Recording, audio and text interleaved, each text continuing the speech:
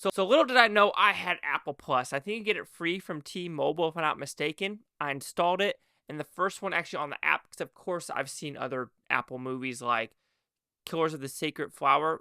I already forgot Martin Scorsese's movie. Sacred Deer? No, Sacred Deer's the other movie.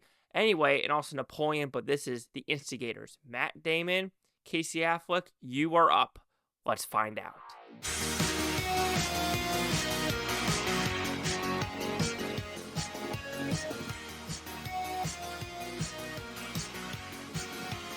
Chase Lee Hockey here with the Blue Futon reviewing The Instigator. So what's about? Pretty simple premise.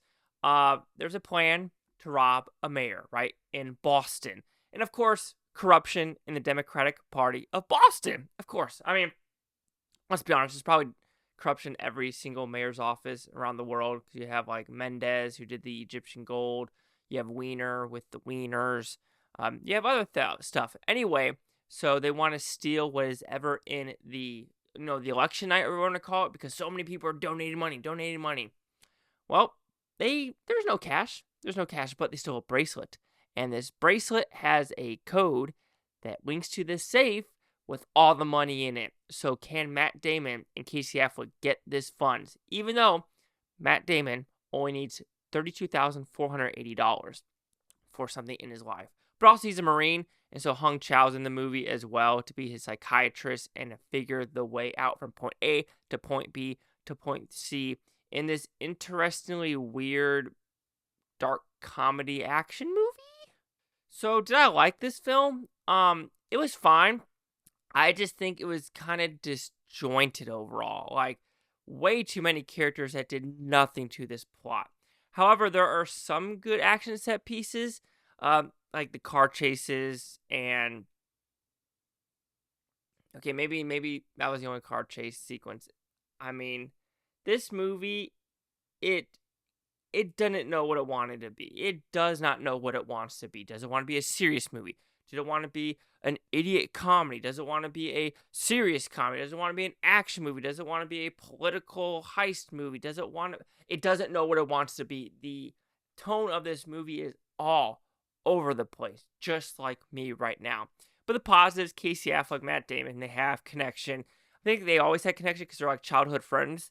So that, easy. Chau does a good job. The backstories are interesting. You really only get one of them. They're kind of mute, if you want to put it that way. Of course, like I said, Matt Damon only needs $32,000 because of his kid. And after that, he's willing to turn himself in. They have Casey Affleck, who basically is an alcoholic. And that's all he is. He's just kind of, I'm going to call him a sleazebag. But he just doesn't do anything good with his life except drink. Then you have a bunch of other characters. Ron Perlman as the mayor. Alfred Molina, I always pronounce his name wrong, but of course, Doc Ock, he plays a quote-unquote bakery owner, hint, hint. Like I said, Chau, the psychiatrist. You have Ving Rhames as a police officer. You have the guy that played Richard Jewell. He's in it for half a second. Like, that's what I'm saying. There is so many random characters in this movie where you're just like, you play a part, then you don't. You play a part, then you don't. You play a part, then you don't. Because it's just like, you expect it to at least connect at the end with all these people, but it's like three different storylines. The first storyline, getting the heist, and you're with the Alfred Molina people and in the bakery, and then Ving Rhames basically shows up, and when he shows up, part two comes in about finding this bracelet, and that's when Paul Walter Hauser, that's what his name is, comes in, and he does this little thing in part two for like 10 minutes. And then part three is Toby Jones and Ron Perlman with this whole bank vault scene with firefighters.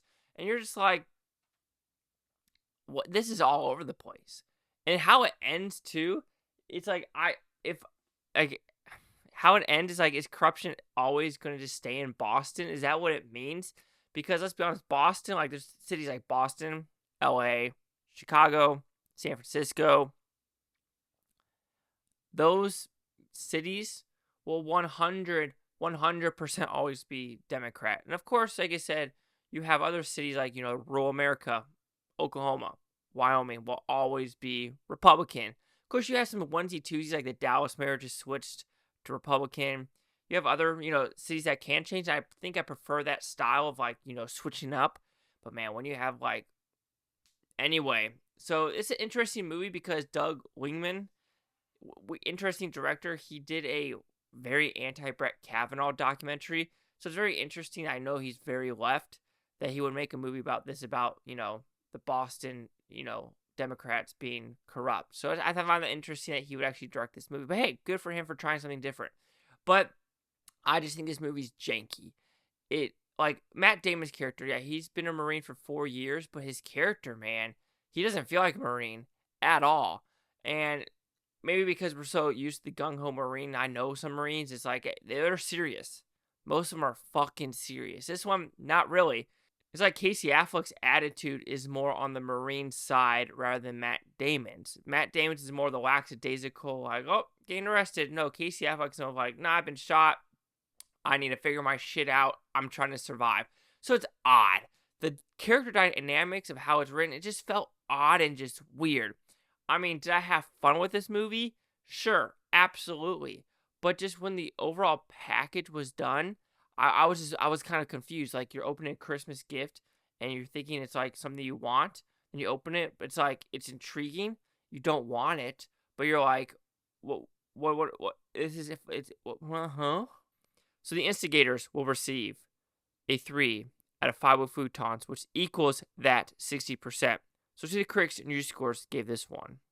So critics a 41% with 152 of them, audience score 54% with over 500. Critic consensus: the alchemy of Casey Affleck and Matt Damon's knucklehead rap report provides some charm, but this laid-back caper unravels due to the lack of intrigue and pulse. Yeah, you could agree. It's just, I want to say it's vanilla, but everything's too perfect in this movie. So what do we got? 41, 54, 60. Chase Leoc here with the Blue Futon. Like, comment, subscribe. One other things, Blue Futontopia.